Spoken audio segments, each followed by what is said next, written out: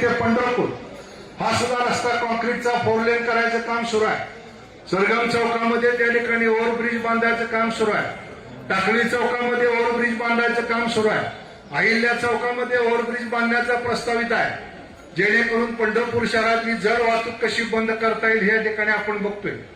या येणाऱ्या वारकऱ्यांना आणि इथल्या नागरिकांना सुरक्षित जीवन जगता यावं म्हणून जवळ 162 CCTVच्या माध्यमातून या शहरातल्या कोपऱ्या कोपऱ्यावरती पोलिसांच्या माध्यमातून लक्ष ठेवण्याचं काम या ठिकाणी केलं जातं।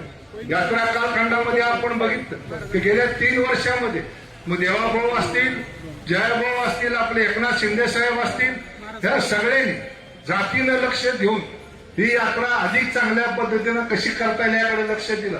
खूप मोठे प्रश्न आपण या ठिकाणी सोडवलेले आहेत। वेळोवेळी उद्यापासून ते सगळे प्रश्न आपण लोकांच्या बरोबर आपण त्यांना संबोधित करणार आहोत। माझी आपल्या सगळ्या कार्यकर्त्याला एक विनंती आहे, कुठेही बॅकफूटवर न राहता आपणच काम केले गेली 25, 30, 40 वर्ष।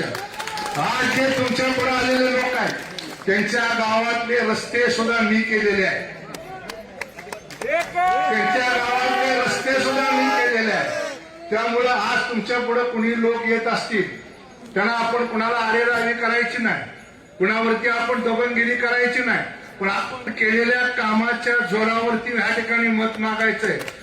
21ची निवडणूक असेल, 25ची विधानसभेची निवडणूक असेल, दोन्ही वेळेस भावनिक राजकारण केलं तरी सुद्धा या शहराने 4 ते 5 हजार मताचं लीड समाधान दादाला या विधानसभेच्या निवडणुकीमध्ये आपण दिलेलं आहे।